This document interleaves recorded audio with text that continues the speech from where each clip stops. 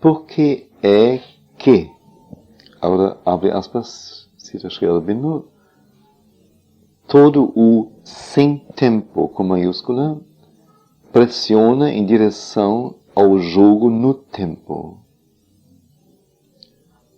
Tudo no tempo se volta em direção a e em torno do espírito sem tempo. Interrogação. Por que é que, abre aspas, todo o sem tempo, todo o eterno, pressiona em direção ao jogo no tempo. O jogo no tempo é a manifestação, em termos limitados. Ponto e vírgula. Tudo no tempo, tudo que participa na manifestação, se volta em direção ao espírito sem tempo, para fora da manifestação, e em volta do espírito sem tempo, que tomando ele como querendo ele como centro, como essência, como cerne, como referência central ou referência fraco.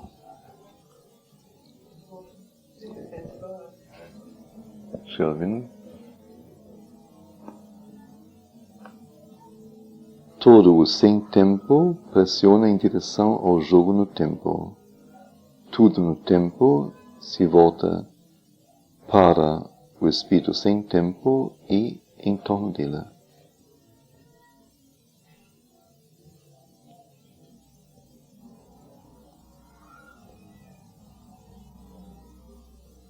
Mais alguma coisa?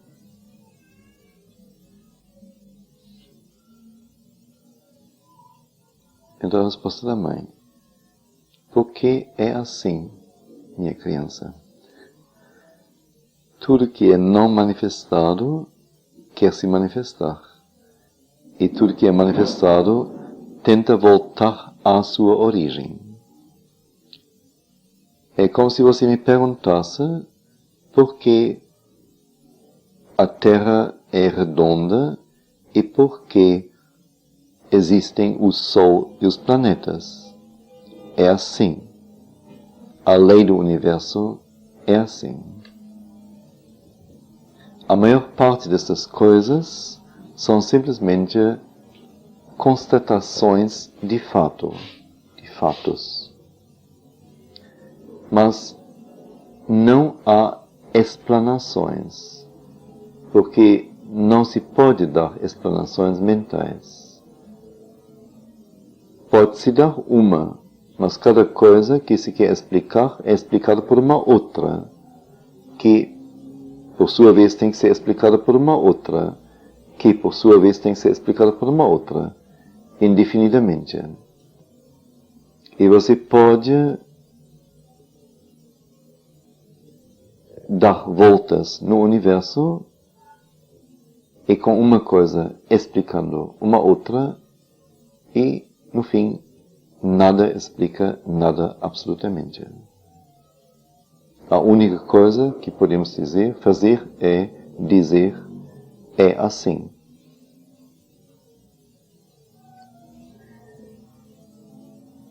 Então, leia-lo uma vez. Então, a pergunta é, por que é que todo o sem tempo pressiona em direção ao jogo no tempo? Tudo no tempo se volta para o espírito sem tempo e em torno dele. E ela disse então, porque é assim, minha criança. Tudo que é não manifestado quer se manifestar. E tudo que é manifestado tenta retornar à sua origem. É como se você me perguntasse por que é a Terra redonda e por que existem o Sol e os planetas. É assim. A lei do universo é esta. A maioria destas coisas são simplesmente constatações de fato.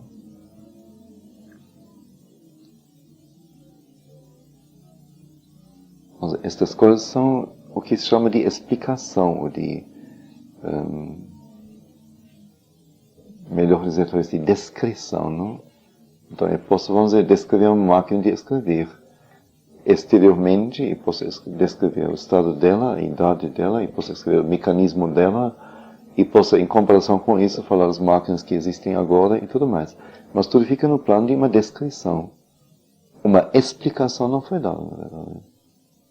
Apenas uma descrição daquilo que existe, que há.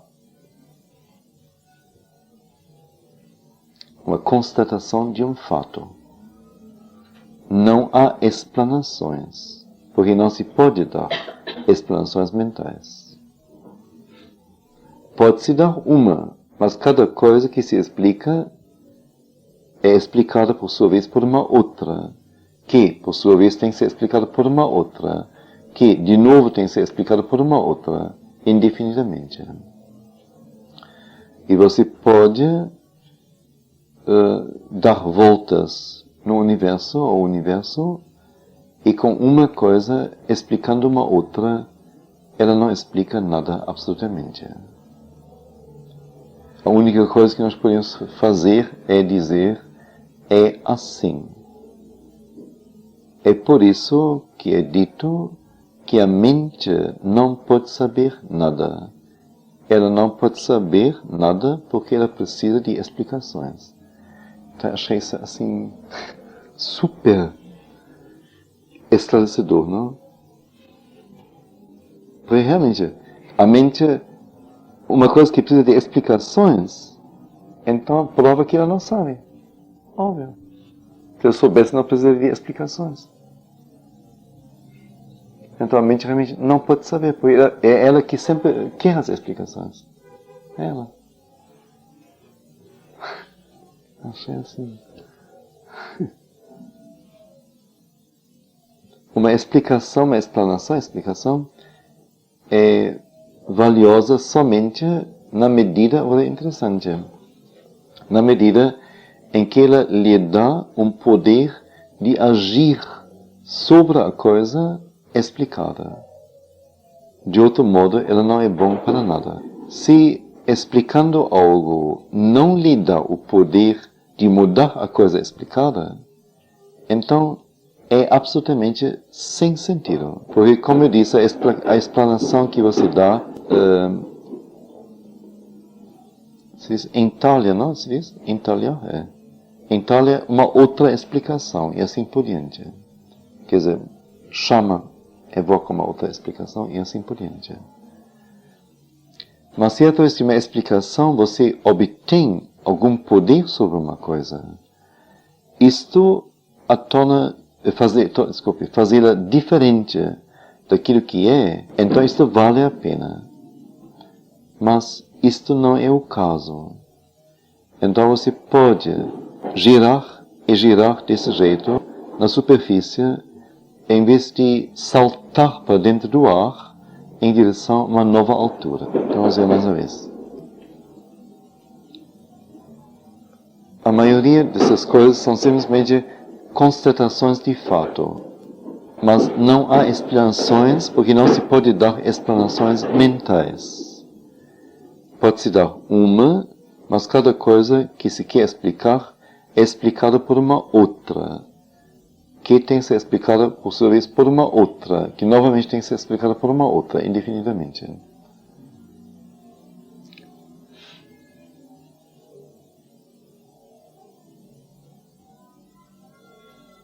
Eu não sei bem se eu consigo ilustrar o que ela diz.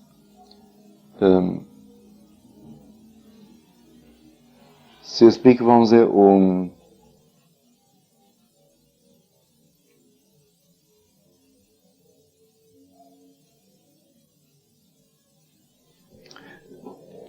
por exemplo, esse livro aqui, Ver, Ouvir, Movimentar-se, tem no final uma relação de músicas. Todas as músicas recomendadas aqui são de piano. Porque poderia-se dizer que se usou só músicas de piano para improvisação e não músicas de orquestra. Então a explicação dada seria, poderia ter vários níveis, não? Pode ser que a pessoa que fez a relação só conhecia música de piano, então só podia colocar música de piano. Ou que ela, conhecendo todos os tipos de música, que ela achava a música de piano a mais apropriada para a improvisação. Ou que ela conhecia a prática nas escolas de dança, para que esse método serve, é recomendado. Lá, normalmente, tem piano e pianista, que toca nas aulas de improvisação. Na época, aí vem a restrição, na época em que isso foi escrito. Não? Hoje em dia já se usa gravadores e fitas, etc, etc. Ou pode ser a explicação, as músicas que se tocam normalmente, não se consegue definir de jeito algum. Nunca se pode parar a fita, dificilmente, analisar em detalhe, ouvir cada voz em separado, tirar um ritmo, montá-lo no meio da peça, etc. Impossível. Música piano você pode fazer tudo. Se dispensa a melodia, toca só o ritmo. Toca só uma frase, toca só um acento determinado, toca uma harmonia. O que você quiser. Então, para fins didáticos, muito mais valiosa a música de piano, porque você pode analisá-la, armá-la, desarmá-la à vontade, do que a música de orquestra, que é muito, pode ser fascinante, mas muito enganadora, como a gente está descobrindo aqui. Como se ouve as músicas e não sabe nada da música, absolutamente. Então, houve várias explicações. Ora, cada uma das explicações poderia levar, vamos dizer, a uma outra explicação anterior, quer dizer, a explicar um dado anterior. Então, vamos supor, então, que realmente a consciência da pessoa que escreveu isso aqui, fez a relação, foi esta consciência didática, não foi falta de conhecimento da música orquestral, não foi comodismo de não querer fazer uma pesquisa bastante exaustiva em música orquestral, mas que ele tinha realmente intentos didáticos ao colocar esta relação aqui. Como chegou ela a esses intentos didáticos? Qual foi a caminhada dela? Por que ela acha, inclusive, que aquela música aqui é didática? Então agora se vai explicar quem é a pessoa, como é que ela formou, como ela chegou a esta convicção e por que aquela música é didática. A partir daí, então, se pode outra vez exigir outras explanações. Então, se a pessoa, por exemplo, diz que ela se convenceu porque ela leu tais livros e fez tais cursos, etc, etc. Então, se pode agora perguntar assim, então, o que contém esse livro? Ah, esse livro contém isto e aquilo. Por que você não atendeu a isto, mas só a isto, etc, etc. Ou quais cursos que você fez? Então, por que você fez só esses cursos? Por que você não frequentou os cursos? Aí você teria que chegar a outra coisa. Então, ele vai dizer, não, na minha cidade só existiam aqueles cursos e o professor me explicou isso assim, assim, assim, assim. Mas quem é o professor? O que ele aprendeu? Onde ele se formou? Então, é uma formação falha, se explicou a coisa só assim a você, que você agora tem essa ignorante percepção das coisas. E assim, então, o professor diz, bom, eu nasci em tal época, naquela época não havia ainda as pesquisas que tem hoje em dia, e assim por diante. Então, no fim, chega assim ao começo da criação com isso. Quer dizer, uma explicação facilmente leva a outra explicação. Precisa, para se entender mesmo, mais profundamente. E com isso, não se pode explicar nada. Porque cada explicação fica limitada em si. Nenhuma é total. Nenhuma é conhecimento. Então, isso ela tenta dizer aqui. Ou, isso ela diz aqui, eu tentei explicar isso. Então, é por isso que a mente não pode saber nada. Porque ela não pode saber, porque ela precisa de explicações. E agora, isso é muito interessante. Não só muito interessante, mas é a própria explicação de nós queremos conhecimento. Uma explicação é valiosa somente na medida em que ela lhe dá um poder de agir sobre a coisa explicada. De outro modo, ela não tem nenhum valor. Ela não é bom para nada, boa para nada. Quer dizer, uma explicação nos deveria dar o poder de agirmos sobre o que foi explicado.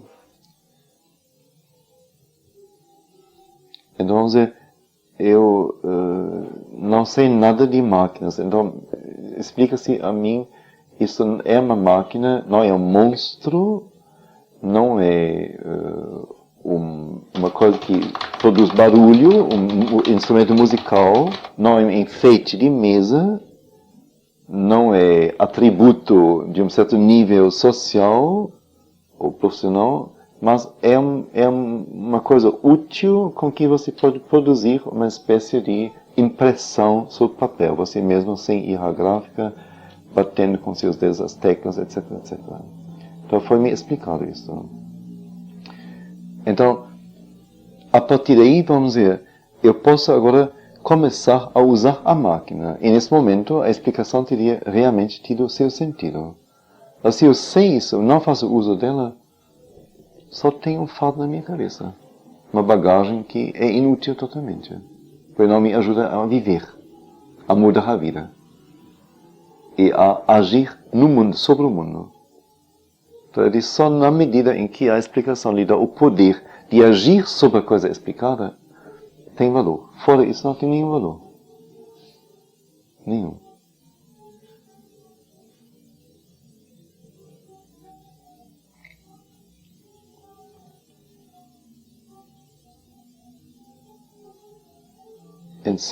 Então, se explicando algo, isto não lhe dá o poder de mudar a coisa explicada, então isso é absolutamente sem sentido.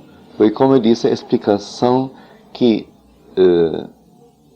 você dá leva consigo ou solicita uma outra explicação e assim por diante. Se fica só no plano mental. Mas se através de uma explicação você obtém algum poder sobre uma coisa, isto a torna diferente, de tornar a coisa diferente daquilo que ela é, então vale a pena. Então, se eu explico a uma pessoa como, por exemplo, com aspirador de pó, assim, não sei, limpar melhor um chão, então é interessante se a pessoa pega o aspirador e limpa. Se não, foi energia minha, gasta, energia da pessoa gasta também de ouvir-me dizer isso. Se ela não usa o aspirador depois. Então tem sentido.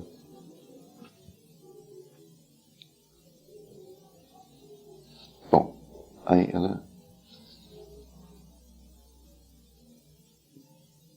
para. Depois se volta a um outro discípulo. Ele diz, sim, você já perguntou a sua pergunta, mas ainda assim você pode perguntá-la com voz alta, se você quiser. Eu não sei se ele só pensou, ou se ela leu o pensamento dele, ou se ele escreveu para ela, eu não sei. Agora eu deveria falar o que ele quer saber. Sri Aurobindo fala de uma primeira realização quando nós vemos, de um lado, a eterna existência Brahman e do outro lado a existência do mundo Maya como duas contradições. Depois há uma outra realização, a supramental, e ele diz: a dualidade, uma vez conflitante, mas agora, não sei, existe a palavra biuno?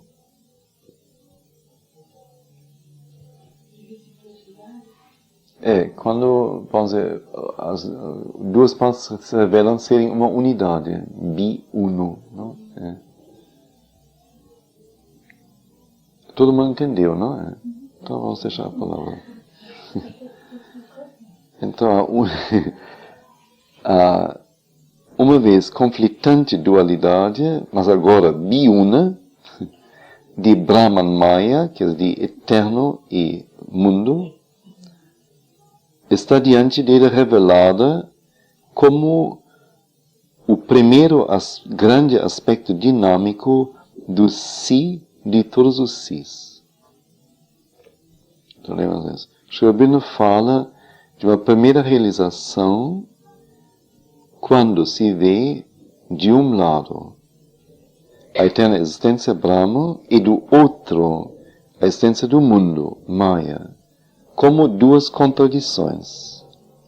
Ou, na verdade, uma contradição entre duas partes. Depois, há uma outra realização. A supramental, ele diz, agora cita entre aspas, a dualidade, uma vez conflitante, mas agora biuna, unida em um só, embora de duas metades ou duas partes, de Brahma, eternidade, e Maya, mundo. Está diante dele, do buscador, como primeiro aspecto, primeiro grande aspecto dinâmico do si de todos os sis. Si com maiúscula, sis com minúscula.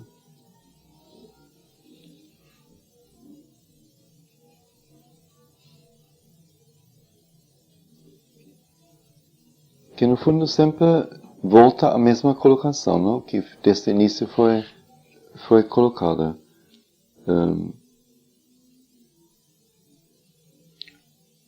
Começamos a ler da partida do mundo das atividades, da realização, das três realizações fundamentais, divino imanente, cósmico e transcendente, de um lado, e do outro lado, toma conta do mundo, de suas atividades.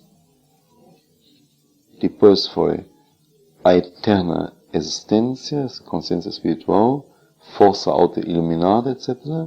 E do outro lado, o universo em espaço e tempo medíveis, o finito, sem limite, transitório, limitado, fragmentado. Outros os dois. Depois dessas de espírito, consciência e eternidade, consciência do mundo no tempo. E agora, outra vez, a primeira realização seria, então, ver as coisas separadas. Eternidade, Brahma, mundo, universo, Maya. E depois, como outra realização, ver que o que parecia inicialmente uma realidade de conflito se revela como sendo uma unidade composta de duas partes, dois membros, Brahma e Maya, que se revela ser o primeiro grande aspecto dinâmico do si de todos os sis.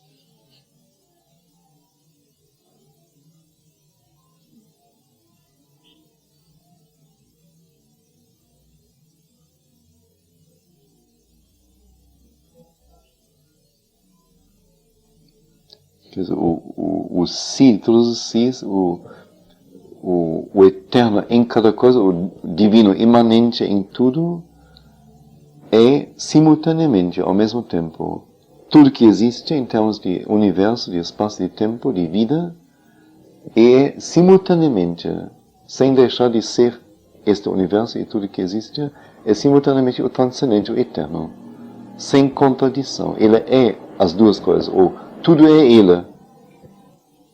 Então, o primeiro grande aspecto dinâmico do si de todos os sis.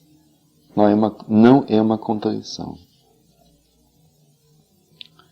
Então, a pergunta da pessoa, quando isto é realizado, significa isto que nossa natureza inferior consentiu em mudar? Naquele momento,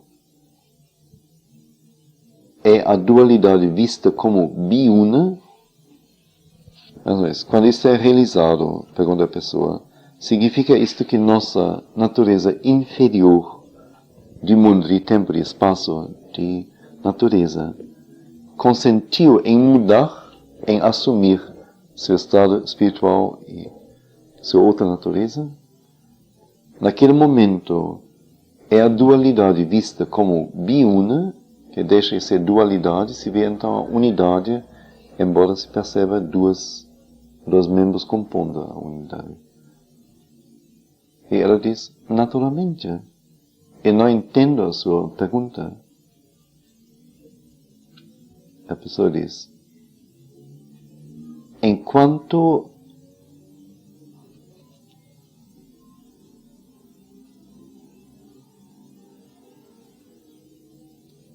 Ele diz, há esta dualidade de que ele falou.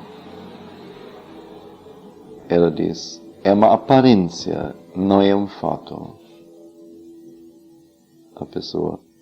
Quando nós realizamos que esta dualidade não existe, ela completa logo, nem deixa a pessoa falar até o fim.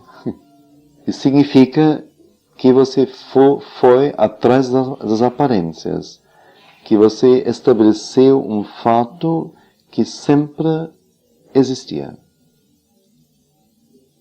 A pessoa. Isso é uma promessa à mãe. Mas olha, depois de tudo, quando se fez um progresso, se fez um progresso. Eu não compreendo a sua pergunta. Se você faz um progresso, você faz um progresso. Se você percebe uma verdade atrás de uma ilusão, normalmente isso é considerado um progresso. Mas aqui, diz a pessoa, ele depois explica que mesmo a natureza mais baixa, ela interrompe. Sim, mas como você realizou, percebeu que ela é uma e a mesma coisa, é isto que estava dizendo há um tempo. Quando você tem uma explicação, basta isto para mudar a sua natureza exterior? Se ela mudou, você é diferente daquilo que você estava em sua natureza exterior? Não, diz a pessoa. Não, diz a mãe. Então algo a mais é necessário. Isto é o que eu quis dizer. Uma explicação não é suficiente. Algo mais é necessário. Evidentemente, é um progresso saber algo que não sabia antes. Mas a não ser que esse conhecimento se torne dinâmico e se mude para dentro, chegando a ser um poder para transformação, isso não tem muita utilidade. Você entendeu? Bom.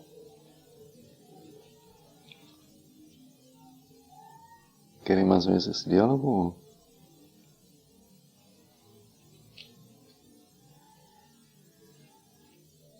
Praticamente ela prova a pessoa não satisfaz com o que ela diz. E sempre pergunta de novo, e de novo, e de novo, e volta e volta.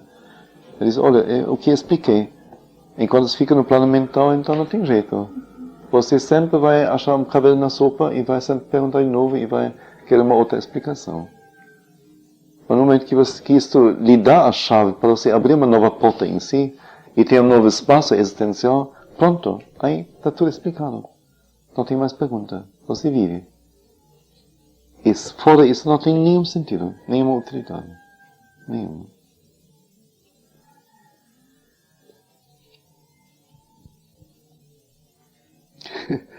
É genial agora. É tão divertido. Ele se volta a uma criança. Você quer perguntar uma pergunta? Fale alto. Tome coragem. Doce mãe, como se pode aumentar o seu entender? Seu entender? Bem, aumentando a sua consciência, indo além da mente, ampliando a sua consciência, aprofundando a sua consciência, chegando a regiões além da mente. Acabou.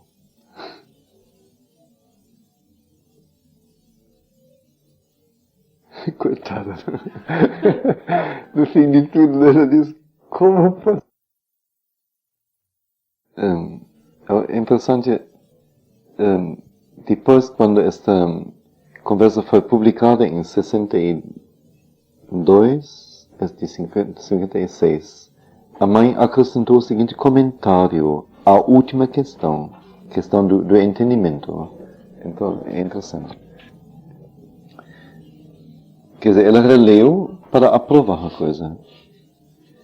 Eu agora acrescentaria uma coisa, experiência. mudando o conhecimento em experiência.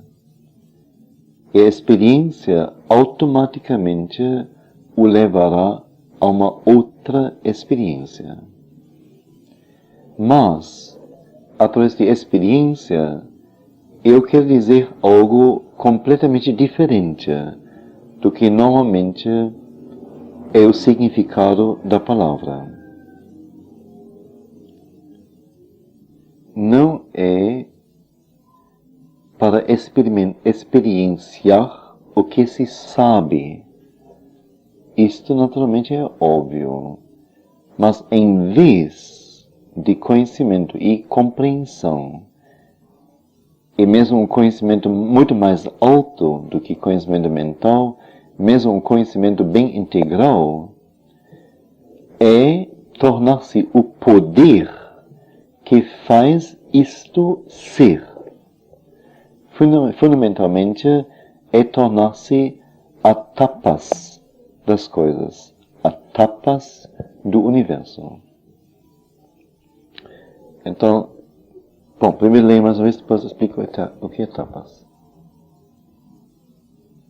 Então, quando foi publicado mais uma vez, então ela se referiu à última pergunta da criança e diz que agora eu acrescentaria uma outra coisa, experiência, que não só ela respondeu, você pode aumentar sua compreensão, aumentando a sua consciência, indo além da mente, ampliando sua consciência, aprofundando sua consciência, alcançando regiões além da mente. Então, tudo no ramo da consciência. Agora diz, agora acrescentaria uma outra coisa, experiência. Mudar conhecimento em experiência. E a experiência automaticamente o levará a uma outra experiência. Mas, por experiência, ou com experiência, eu quero dizer algo completamente diferente daquilo que normalmente é o significado da palavra. Não é para experienciar o que se sabe. Isso naturalmente é óbvio. Então, no caso da máquina, eu recebo a instrução e a partir da instrução vou experienciando. Então, eu só realizo o que já sei. Então, isto é óbvio, não é isto que ela fala. Mas, em vez de conhecer e compreender, e mesmo se tratasse de um conhecimento muito mais alto do que conhecimento mental, mesmo um conhecimento bem integral, então, em vez de conhecer e compreender, é tornar-se o poder que faz isto ser. Fundamentalmente, é tornar-se a tapas das coisas, a tapas do universo. Que não teria nenhum conhecimento, mas teria, vamos dizer, o poder de criar a coisa, de fazer com que ela exista. Que você se torna o poder. Assim, se você é o poder que criou a coisa, você conhece a coisa não só em sua existência atual, mas desde o nada, porque ela surgiu de você, ela se originou de você. Você é o poder que fez a coisa.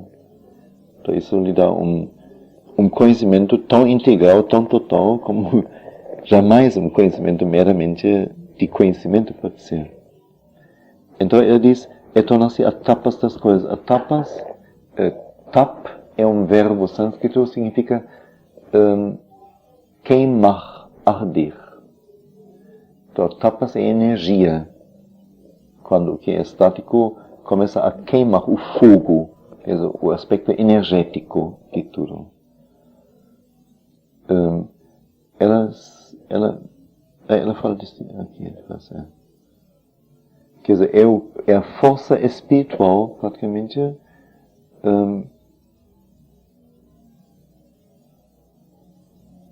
energia espiritual que está na causa, ou na raiz, ou na origem de tudo. Sempre se diz ela, que no começo da manifestação há Sat Chit Ananda. Sabemos, Sat é existência, Chit é consciência e Ananda, beatitude. Isto é colocado, diz ela, nesta ordem. Primeiro, Sat, quer dizer a pura existência. Depois, Chit, a autoconsciência desta existência. Que não é uma existência escura, que não se vê, que não se conhece, que não tem percepção de si, mas uma existência que tem a mais plena, detalhada e total percepção de si. Autoconsciência. E Ananda, terceiro elemento, o deleite da existência que faz com que ela continue. Que a própria existência se autodeleita consigo mesma e por isso ela é infinita. Se não houvesse esta... É muito real. Me vem... Hindemith, eu cito isso na Instrução 1, quando fala sobre Bach. Eu coloco todo um trecho de Hindemith sobre Bach. Hindemith é um compositor alemão do nosso século. E, assim, me chamou muita atenção quando li isso. Ele diz que Bach, num dado momento, não sei a idade, aos 50 anos talvez, mais ou menos, ou pouco mais do que isso, como que se tornou, não sei, triste, se tornou, achando que tudo que ele podia realizar, ele tinha realizado. E a partir de agora só seria mais variar, ampliar, reorganizar em outros termos, mas não mais esta marcha vitoriosa de uma criação progressiva. E a partir daí, depois ele até como que desistiu de compor mais. Quer dizer, ele reduziu cada vez mais. Não foi mais o brotar, o desabrochar, o jorrar música, mas uma outra atitude. Então achei isso assim, não sei, me chamou muita atenção. É bem isso que é dito aqui.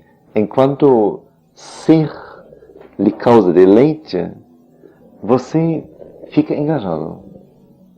Quando o deleite sai, a alegria em poder fazer, você nem quer ver essa coisa, você se afasta da coisa. Só fica uma coisa enquanto lhe causa o deleite. Deleite quer dizer um interesse, um engajamento, um ser envolvido. No nosso caso, é nos útil para a nossa construção. Por isso, vamos dizer, isso primeiramente, quando a gente está mais no ego. Depois, por encontrar sentido nisto, por ver a sua existência, não sei, como uma ocupação ou dentro de um contexto, dentro de um movimento que dá sentido a ela e onde ela pode se sentir realizada. Isso causa um deleite, causa um contínuo deleite, senão se desistiria disto, se deixaria sem o deleite, não. Eu penso também agora em Sri Aurobindo, não? Como até um certo ponto ele foi, e como no fim da vida, a um dado momento, a mãe disse, ele está se retirando. Ele está dando a entender que, ou ele disse, inclusive uma vez, parece, que ele poderia, a partir de agora, do outro lado, agir muito mais poderosamente do que nesta forma em que ele estava preso a esta vida. Então, vamos dizer, até certo ponto, vamos dizer, as possibilidades como que humanas nele corresponderam a tudo que estava nele. A tudo não, mas a certas partes ele podia como que ir de conquista em conquista, de experiência em experiência, de, como eu disse, uma sucede a outra, de realização em realização. E num dado momento isso parou. Em relação a ele, parece, Eu digo em termos exteriores, de pessoa. Mais do que isso que ele alcançou, ele não podia alcançar neste corpo. E também em relação à comunidade. Tudo se estabeleceu. No primeiro, foram uns poucos camaradas com ele. Depois a mãe veio, depois cresceu, depois escreveu 1000 cartas para as pessoas. E, não sei, 1000 coisas que ocorreram. No fim, tudo como que ficou estabelecido. Assim, quase uma rotina de vida. Então, para ele não tem mais muito o que fazer nisso. Então, ele achou que, do outro lado, não mais o Sri Aurobindo com a barba e com essa experiência, com tais realizações e todo mundo assim, de joelhos diante dele. Isso não tinha mais para ele possibilidade de agir sobre as pessoas e sobre o mundo. Então, do outro lado, sem mais esta mascaragem, ele podia muito mais diretamente agir. Então, é tudo a mesma fala, a mesma coisa que ele disse. Enquanto causa deleite, enquanto tem o engajamento, enquanto tem a resposta, enquanto em nós algo se incendia, queima, aí as coisas vão. E quando tem essa decepção, este recuo, este secar, este ficar surdo e mudo, aí as coisas perdem o interesse. Bem real. E bem lamentável, não? Mas é lamentável. Tem níveis diferentes, não é? Tem que ver. Quem chega ao nível de Sri Aurobindo, então não tem mais nada lamentável. Mas quem não estiver lá é lamentável. Não tenho certeza.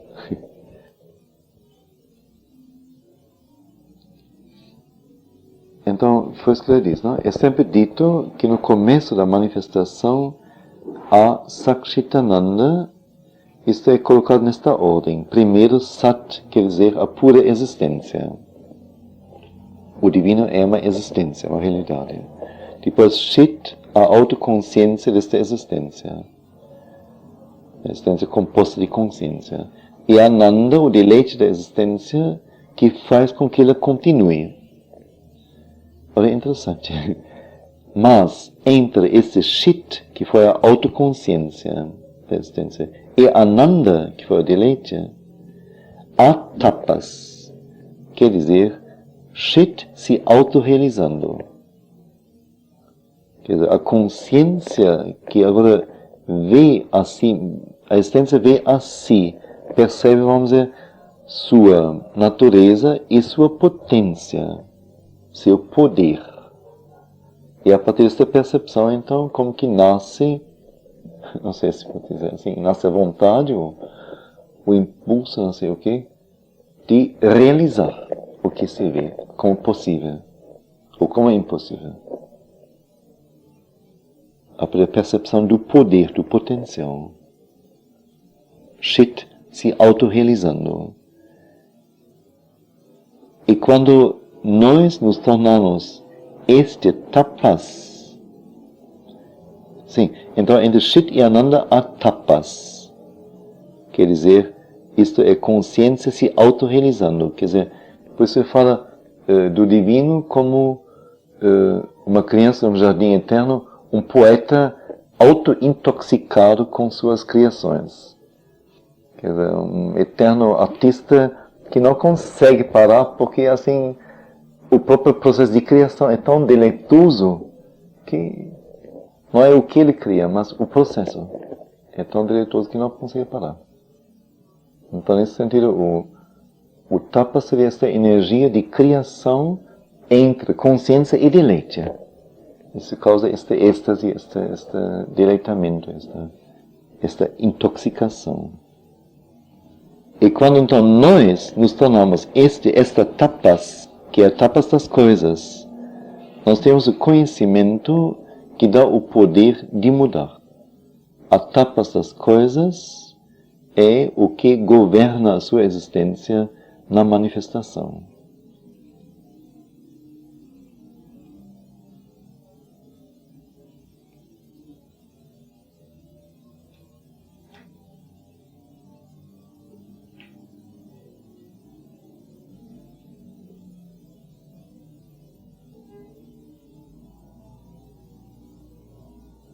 Vamos dizer,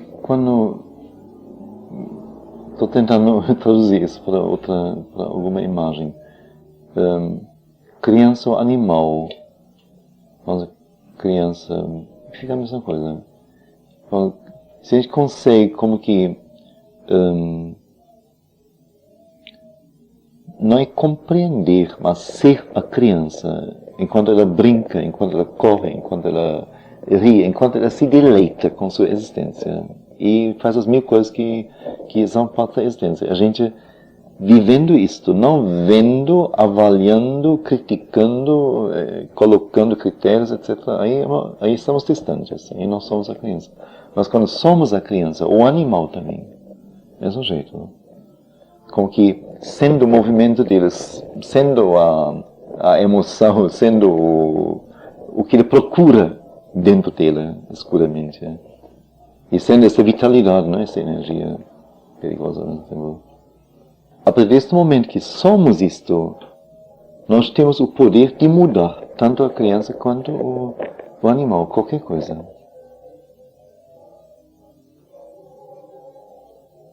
Porque nós tocamos, vamos dizer, na única alavanca real da existência desta coisa, desta pessoa. Se a criança não tivesse o deleite em experienciar, em crescer, em correr, em descobrir,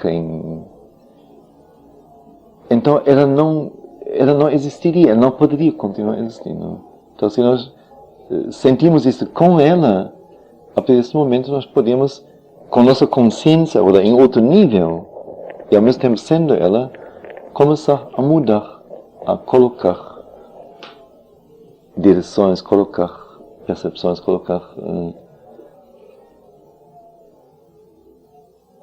medidas ou linhas ou possibilidades ou o que for. Mas só a partir da identificação. Isso realmente dá não é um conhecimento, como ela diz, mental, mas é o que a psicologia procura sem jeito, por assim dizer, não sei, porque não é pelo caminho mental que se pode ter isso. É como é dito, conhecimento por identificação, por identidade.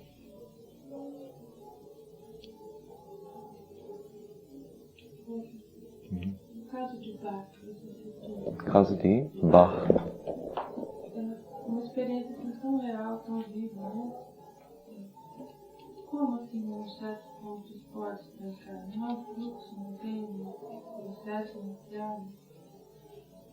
Ou é que cumpriu isso nessa existência? Ele cumpriu a missão dele, Mas não é? se ele tivesse parado, assim... Mas é a questão que cada um de nós tem, a maioria, cada um de nós de todo jeito tem uma missão histórica, não é? Sempre. Então quando isso é cumprido aí...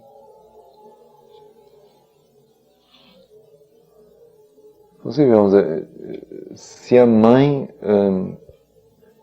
vamos dizer, tivesse estado presa a qualquer fase de suas realizações, primeiro não teria assumido a comunidade, né? Teria ficado em suas meditações e preces em Paris, quer dizer, nos seus diálogos com Deus apenas, só isso.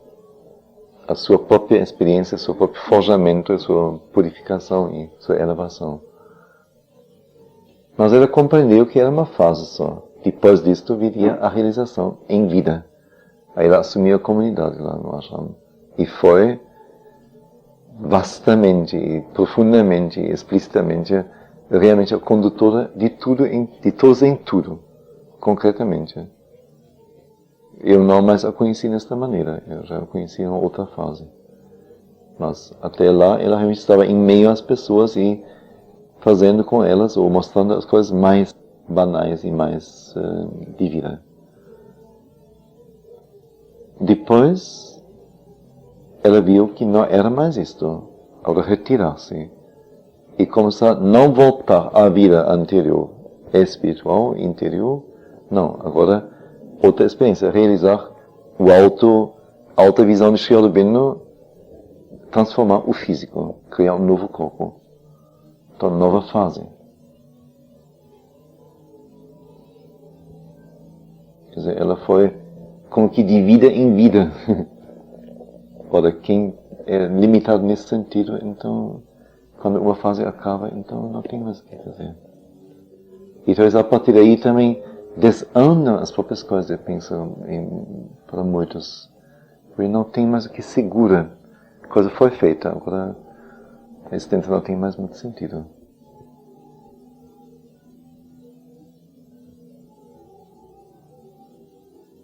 Quem for limitado nesse sentido.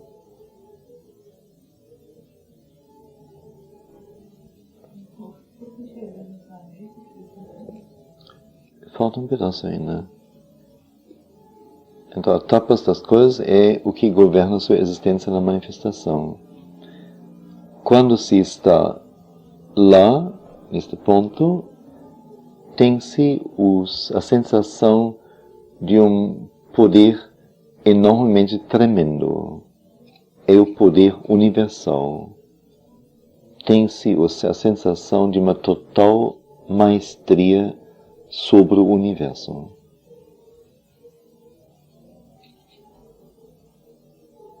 Você queria ouvir depois de Satchitananda? Ou quando nos tornamos, ou quando a pessoa se torna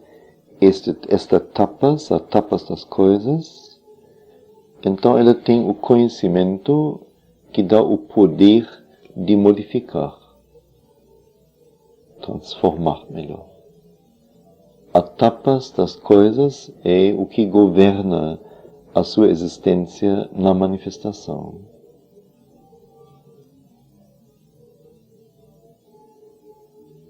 Quando se está lá, que é neste ponto de conhecer esta tapas das coisas, tem-se a sensação de um poder enormemente tremendo. É o poder universal. Tem-se o poder de uma total maestria sobre o universo. Era exatamente de Satchitananda. Sim, senhora. Será servida. É sempre dito que no começo da manifestação há Satchitananda. É colocado nesta ordem. Primeiro, Sat quer dizer pura existência. Depois, Chit, a autoconsciência desta existência. E depois, Ananda, o deleite da existência que a faz continuar. Mas entre este Chit e Ananda, ou esta Chit, autoconsciência, esta Chit e Ananda, há tapas. Isto é, a Chit se autorrealizando.